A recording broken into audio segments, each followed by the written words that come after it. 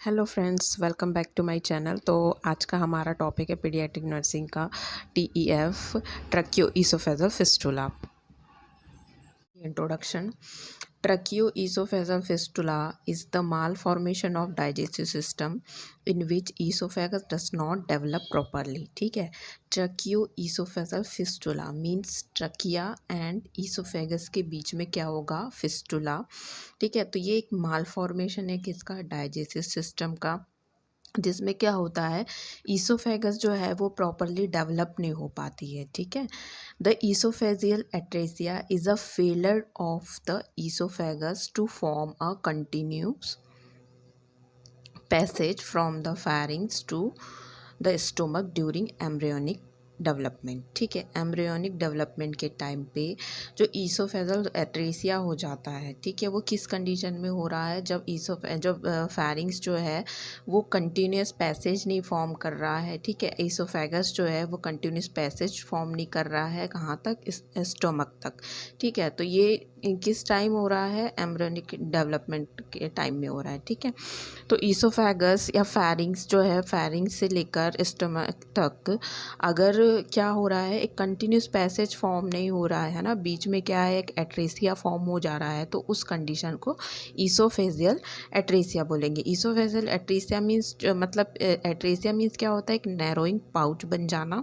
ठीक है, या फिर एक कंप्लीट पैसेज नहीं बन पाना, बीच में ही क्या हो जाना, डिवाइडेशन या एब्सेंस हो जाना। ठीक है, तो इस कंडीशन को ईसोफेजियल एट्रेसिया कहते हैं। इसे हम नेक्स्ट स्लाइड में देखेंगे, ये और भी अच्छे से क्लियर हो जाएगा। ठीक है, नेक्स्ट है definition. Tracheoesophageal fistula is an abnormal connection between the trachea and the oesophagus. ठीक है, जैसे इसके नाम से ही पता चल रहा है कि ट्रैकियोइसोफेजियल फिस्टुला क्या है, ट्रैकियोइसोफेजियल फिस्टुला क्या है, एक एबनॉर्मल कनेक्शन है। क्या है, एक एबनॉर्मल कनेक्शन है या एक एबनॉर्मल ओपनिंग है between the trachea and oesophagus. ठीक है, ईसोफेगस और ट्रैकिया के बीच में एक एबनॉर्मल ओपनिंग हो जाती है, जिसको क्या कहते हैं, ट्रैकियोइसोफेजियल फिस्टुला कहते हैं। ठीक है, समटाइम्स एट्रेसिया में बी प्रेजेंट और नॉट। समटाइम्स क्या होता है, एट्रेसिया प्रेजेंट होता है और समटाइम्स नहीं भी होता है। ठीक है, रिस्क फैक्टर्स। ठीक है, क्या क्या रिस्क फैक्टर्स हो सकते हैं, इटियोलॉजी इज़ अननोन, इसकी जो इटियोलॉजी होती है वो अननोन है। रिस्क फैक्टर्स में भी कुछ रिस्क फैक्टर्स हो सकते हैं, जैसे age of mother, below 20 age या एल्डरली मदर। ठीक है, जो 20 एज से कम की मदर है या फिर एल्डरली मदर है, यानी अबो 30-35, तो उस कंडीशन में भी ये रिस्क फैक्टर्स है किसके, ट्रैकियोइसोफेजियल फिस्टुला के। नेक्स्ट है कि मल्टीपल बर्थ, अगर मल्टीपल बर्थ हो रही है बच्चे की, ठीक है, ट्विंस बेबी है या ट्विंस से ज़्यादा है, तो उस कंडीशन में भी ट्रैकियोइसोफेजियल फिस्टुला रिस्क फैक्टर हो सकता है। मैटरनल इन्फेक्शन, मदर को कोई इन्फेक्शन है, या फिर मैटरनल ड्रग्स, मदर कोई ड्रग्स ले रही है, जैसे एंटीसाइकोटिक ड्रग ले रही है या फिर अदर कोई भी ड्रग ले रही है, तो ये भी रिस्क फैक्टर हो सकता है। ठीक है,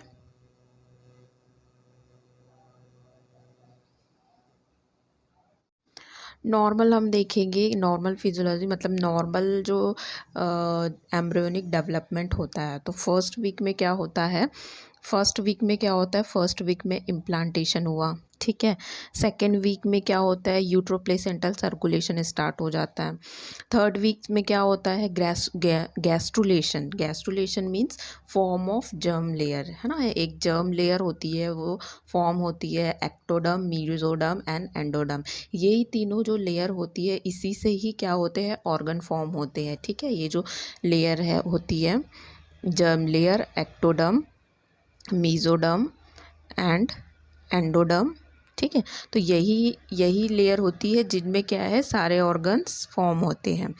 endodermal folding made gut primitive gut is 4 part pharyngeal tube.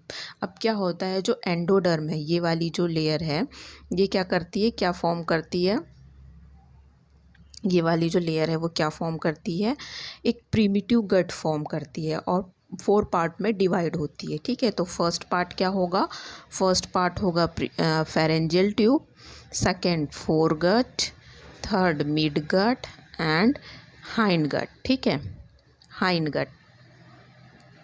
तो ये हो गया, ठीक है, हाइंड गट, ठीक है। एंड फोर्थ वीक में क्या हो रहा है, फोर्थ वीक में रेस्पिरेटरी डाइवर्टिकुलम अपीयर, ठीक है। रेस्पिरेटरी जो छोटे छोटे जो बर्ड्स होते हैं वो अपीयर होने लग जाते हैं फोर्थ वीक में। नेक्स्ट फोरगट जो है, ठीक है, जो फोरगट पार्ट है ना, जो एंडोडर्मल जो लेयर थी वो फोल्ड होके प्रीमिटिव गट बना रही थी, और प्रीमिटिव गट में जो अब फोरगट है ना, 4 पार्ट में डिवाइड था फोरगट। फोरगट पार्ट क्या कर रहा है, ईसोफेगस और ट्रकिया सेप्टम बना रहा है, ठीक है, ठीक है, इतना क्लियर है। देखो ये जो है ये एंडोडर्म लेयर है, एंडोडर्म लेयर जो है वो क्या 4 पार्ट में मतलब ये प्रीमिटिव गट बनाती है, और प्रीमिटिव गट बनाती है, और प्रीमिटिव गट क्या होता है 4 पार्ट में डिवाइड होता है ना। तो क्या क्या था 4 पार्ट, फोरगट था, मिड गट था, ठीक है, और हाइंड गट था, और एक फेरेंजियल ट्यूब था, ठीक है। तो ये 4 पार्ट बनाती है, ठीक है। जैसा हमने एंडोडर्मल जो लेयर होती है वो उसने पहले फिर क्या बनाया, ऐसे फोल्डिंग होकर प्रीमिटिव गट बनाया, और प्रीमिटिव गट 4 पार्ट में डिवाइड हो गया, foregut, mid gut, hind gut और फेरेंजियल ट्यूब, ठीक है।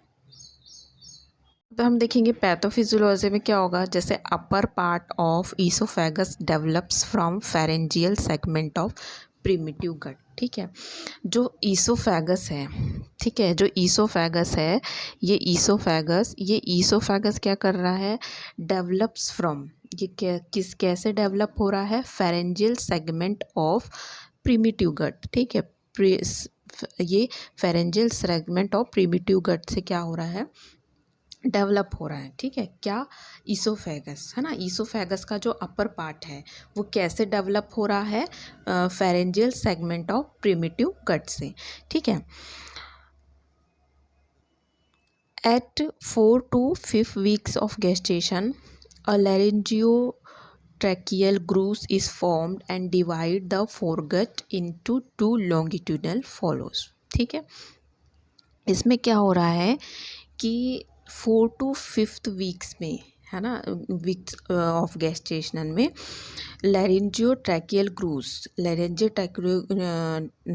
ट्रैकियल ग्रूस होते हैं, वो क्या फॉर्म करते हैं, फॉर्म्ड, ठीक है, एंड डिवाइड, ठीक है, वो फॉर्म होते हैं और फिर वो डिवाइड हो जाते हैं फोरगट इनटू 2 लॉन्गिट्यूडनल फॉरोज में, ठीक है।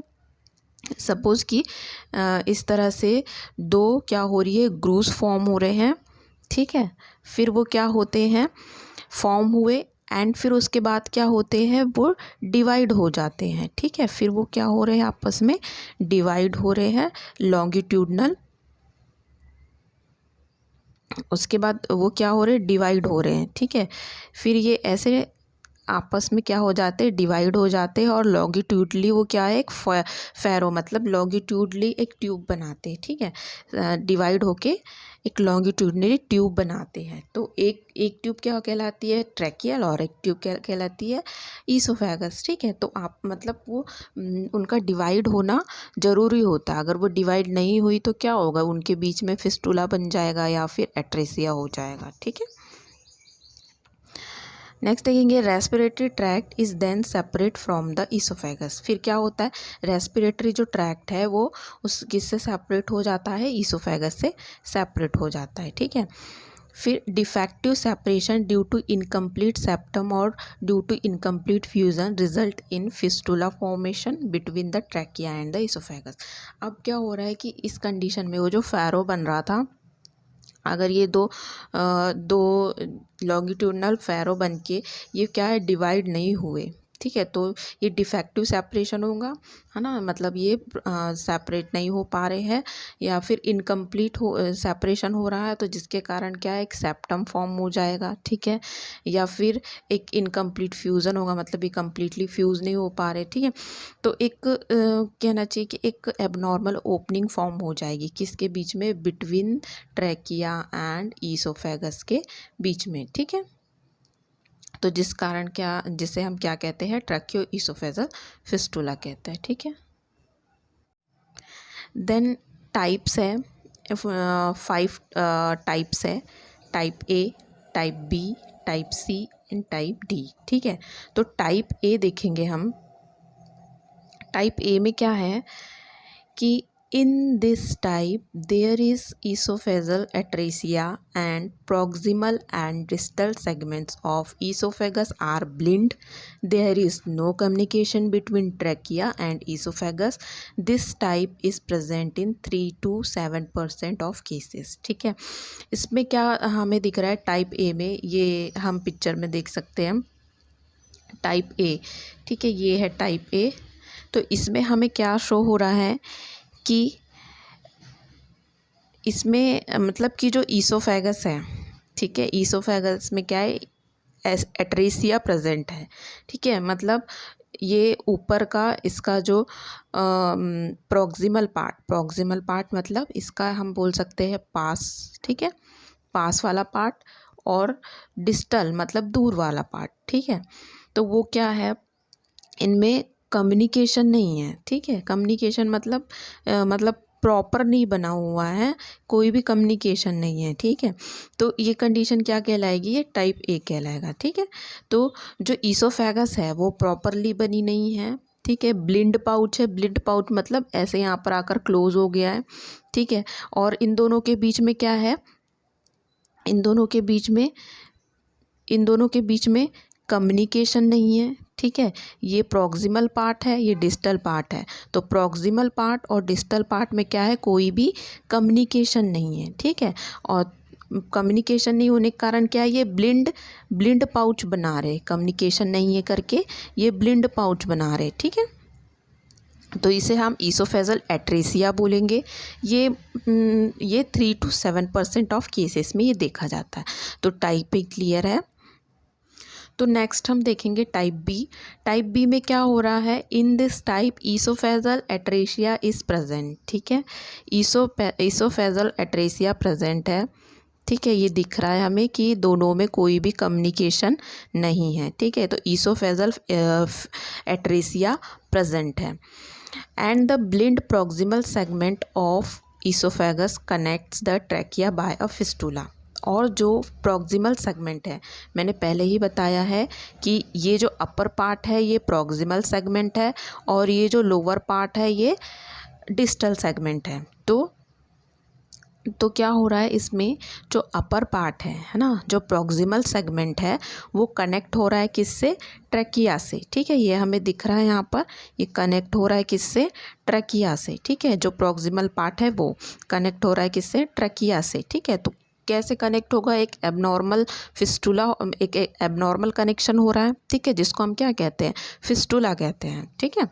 तो ये टाइप बी कहलाएगा, ठीक है। और ये मोस्टली क्या हो रहा है, the distal end of oesophagus is blind, और जो डिस्टल पार्ट है, ठीक है, ये हमें डिस्टल पार्ट दिख रहा है, ये क्या है, ये ब्लिंड है, मतलब ये पाउच यहाँ से क्लोज है, ठीक है, कोई इनमें कम्युनिकेशन नहीं है प्रॉक्सिमल पार्ट और डिस्टल पार्ट में, ठीक है। और ये कितने % केसेस में देखा जाता है, 0.8% केसेस में ये देखा जाता है। तो टाइप भी क्लियर है। नेक्स्ट है type C. In this type oesophageal atresia is present, ठीक है। ये जो टाइप सी है इसमें क्या दिख रहा है, ईसोफेजल एट्रेसिया इसमें भी प्रेजेंट है, ठीक है। ईसोफेजल एट्रेसिया इसमें भी प्रेजेंट दिख रहा है, ठीक है। अब क्या है कि the proximal end of oesophagus is a blind pouch, ठीक है। अब इसमें क्या दिख रहा है, ये जो प्रॉक्सिमल पार्ट है, ठीक है, मैंने पहले ही बताया था ऊपर का पार्ट प्रॉक्सिमल है और नीचे का पार्ट डिस्टल है। तो ऊपर का जो पार्ट है वो क्या है, ब्लिंड पाउच मतलब ये यहाँ से क्लोज हो गया है, ठीक है। And distal segment of oesophagus is connect by a fistula. और हमें ये शो हो रहा है कि ये जो डिस्टल पार्ट है ना, ये ईसोफेगस का जो डिस्टल पार्ट है ये ट्रैकिया से कनेक्ट हो रहा है एबनॉर्मल ओपनिंग के थ्रू। तो जिसे हम क्या कहते हैं, एबनॉर्मल ओपनिंग मीन्स फिस्टुला बन गया है, ठीक है। And this is the commonest type, ठीक है। ये बहुत कॉमन टाइप है, 86% केसेस में ये देखा जाता है, ठीक है। तो इसमें जो प्रॉक्सिमल है सेगमेंट वो ब्लिंड है, ठीक है। और जो डिस्टल सेगमेंट है वो कनेक्ट है किससे, ट्रैकिया से, ठीक है। तो इसमें भी ईसोफेजल एट्रेसिया प्रेजेंट है। नेक्स्ट टाइप है type D. It is the rarest type that occur in 0.7% cases. बहुत रेयर टाइप है ये। इन this type both lower and upper segments of oesophagus communicate with trachea. अब इसमें क्या हो रहा है, इसमें हो रहा है कि फिर से ईसोफेगस के दोनों पार्ट में, अपर एंड लोअर पार्ट में कोई भी कनेक्शन नहीं है, ठीक है। और दोनों पार्ट क्या कर रहे हैं, दोनों पार्ट एक एबनॉर्मल फिस्टुला बना रहे हैं, ठीक है ना। Proximal segment and distal segment दोनों क्या कर रहे हैं, एक एबनॉर्मल कनेक्शन बना रहे हैं, ठीक है। तो ये क्या कहला रहा है, टाइप डी, जिसमें ईसोफेजल एट्रेसिया तो प्रेजेंट है ना। और ईसोफेगस में दोनों में क्या है, दोनों सेगमेंट में कोई कम्युनिकेशन नहीं है, ठीक है। दोनों सेगमेंट पे कोई कम्युनिकेशन नहीं है। अपर पार्ट भी क्या हो रहा है, ट्रैकिया से अटैच हो रहा है, और लोअर पार्ट भी ट्रैकिया से एबनॉर्मल ओपनिंग बना रहा है, ठीक है। अब नेक्स्ट है टाइप ई। टाइप ई में in this type oesophagus and trachea are normal. इसमें ईसोफेगस भी नॉर्मल है और ट्रैकिया भी नॉर्मल है, ठीक है। इसमें क्या है, ईसोफेगस भी हमें नॉर्मल दिख रहा है और ट्रैकिया भी नॉर्मल दिख रहा है, ठीक है। Normally form but are connected by a fistula, ठीक है। पर क्या हो रहा है, एक फिस्टुला से ये कनेक्ट हो रहे हैं, ठीक है ना। इसमें क्या है कि ईसोफेगस भी प्रॉपरली फॉर्म दिख रहा है हमें, ट्रैकिया भी प्रॉपरली फॉर्म दिख रहा है हमें, बट एक कनेक्शन, एबनॉर्मल कनेक्शन है दोनों के बीच में, ठीक है। This type is also known as H type. इसको क्या है, क्योंकि ये एच शेप में दिख रहा है तो इसको हम एच टाइप भी, ये हमें ऐसे एच की शेप में दिख रहा है, एच की शेप में, तो जिससे हम क्या कहते हैं, हम इसे एच टाइप भी कहते हैं, ठीक है। और ये मोस्टली कितने % केसेस में होता है, 4.2% केसेस में ये प्रेजेंट होता है। नेक्स्ट देखेंगे क्लिनिकल फीचर्स क्या क्या हो सकते हैं। एक्सेसिव सलाइवेशन होगा, एक्सेसिव सलाइवेशन होगा, ठीक है। कांस्टेंट ड्रूलिंग, कांस्टेंट ड्रूलिंग का मीन्स होता है कि लगातार क्या होते रहेगा, झाग निकलते रहेगा, ठीक है। मुंह से बच्चे ये लगातार झाग निकलते रहेगा। Saliva from the mouth, violent response during feeding, ठीक है। जैसे ही हम बच्चे को फीड कराते हैं एक वॉयलेंट रिस्पॉन्स मिलेगा। 3C, ये 3C जो है ये हमें देखने को मिलेंगे। क्या है 3C, coughing, choking and cyanosis. जैसे ही फीड करवाया तुरंत रिस्पॉन्स मिलेगा कफिंग का, चोकिंग का एंड साइनोसिस का, ठीक है।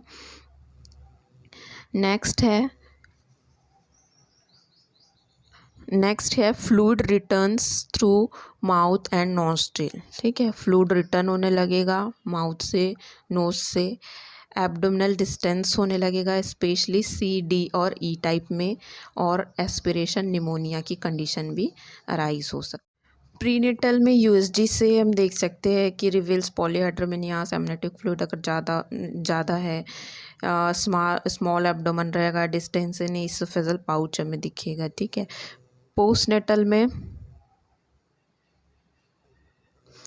पोस्टनेटल में X-ray done using catheter in the oesophagus to check the obstruction, ठीक है। एक्सरे में हम चेक कर सकते हैं नेसोगैस्ट्रिक ट्यूब डालकर, है ना, कोई ऑब्स्ट्रक्शन तो नहीं है।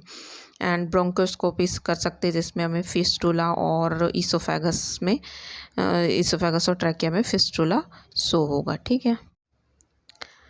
अटेंशन टू मैनेजमेंट में हम देखेंगे कि प्री ऑपरेटिव जो भी केयर है उसमें हमें अटेंशन टू रेस्पिरेटरी स्टेटस उसका क्या है वो चेक करेंगे, पोजिशनिंग देंगे।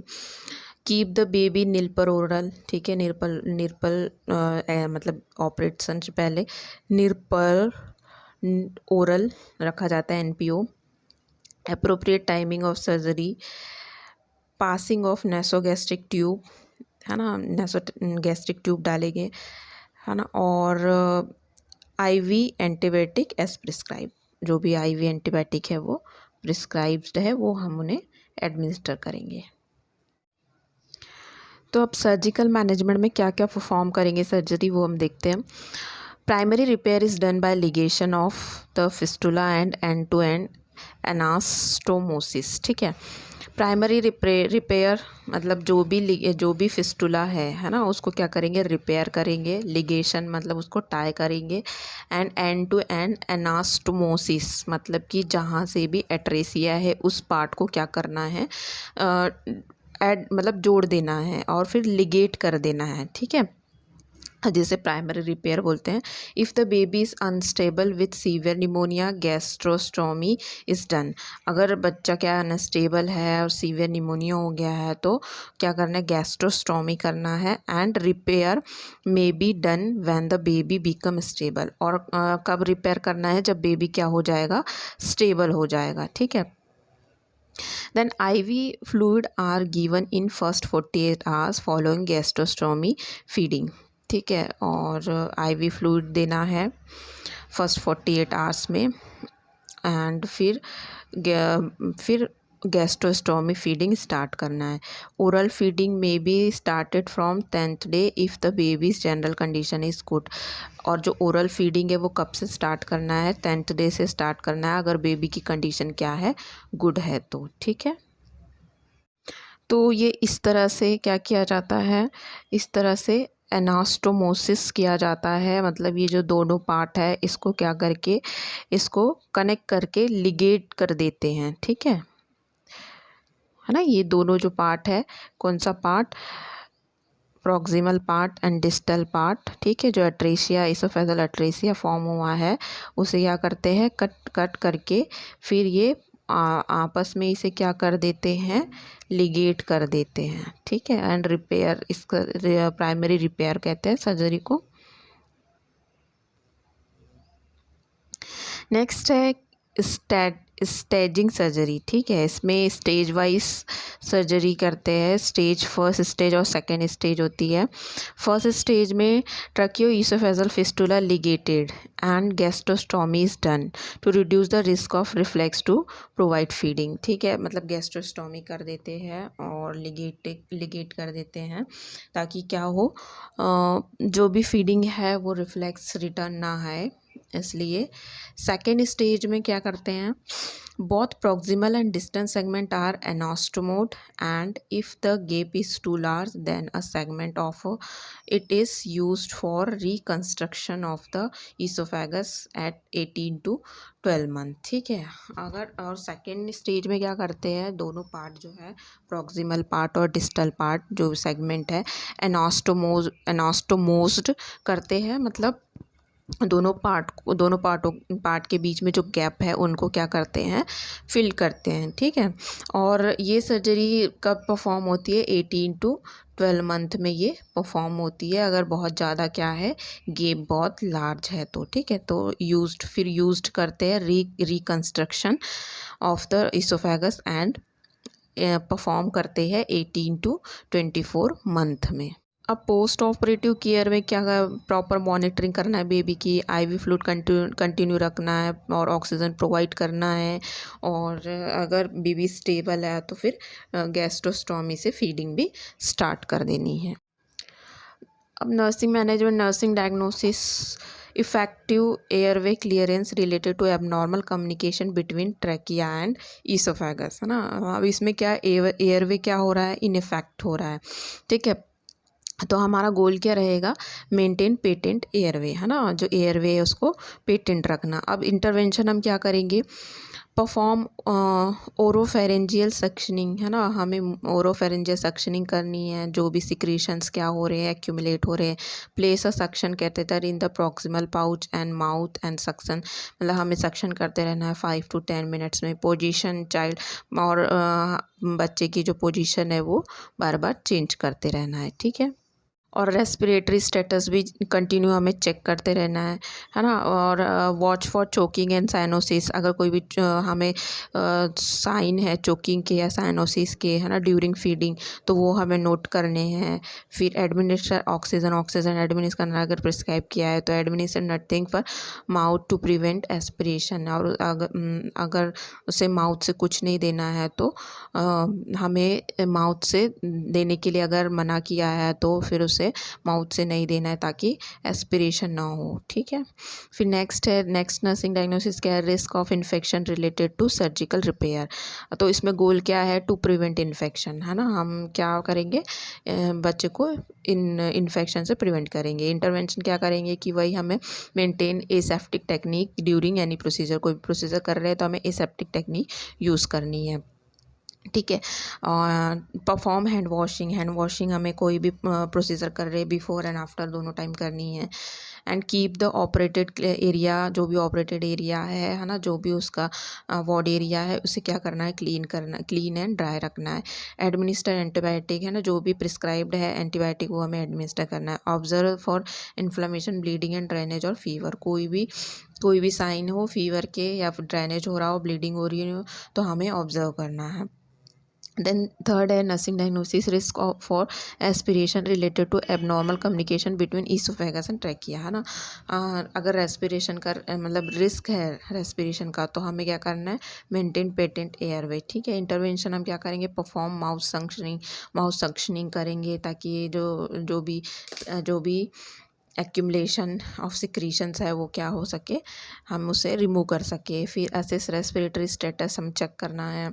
Observe the choking and cyanosis sign and administer oxygen as prescribe, maintaining nutrition, preventing aspiration, administer IV fluid and nothing administer per mouth, monitor intake output and weight for advocacy of nutrition, ठीक है। ये सारी चीज़ें हमें check करनी है। Then complication क्या क्या हो सकते हैं, ट्रैकियोमलेशिया हो सकता है, डिस्फीजिया हो सकता है, ईसोफेजल स्टिंक्चर्स हो सकते हैं, रेस्पिरेटरी डिस्ट्रेस हो सकता है, GERD गैस्ट्रो ईसोफेजियल रिफ्लेक्स हो सकते हैं, ठीक है। देन हमारा ये जो टॉपिक है ट्रैकियो ईसोफेजल फिस्टुला, ये हमारा कंप्लीट हो गया है। आई होप आप लोग को ये समझ में आया होगा, ठीक है।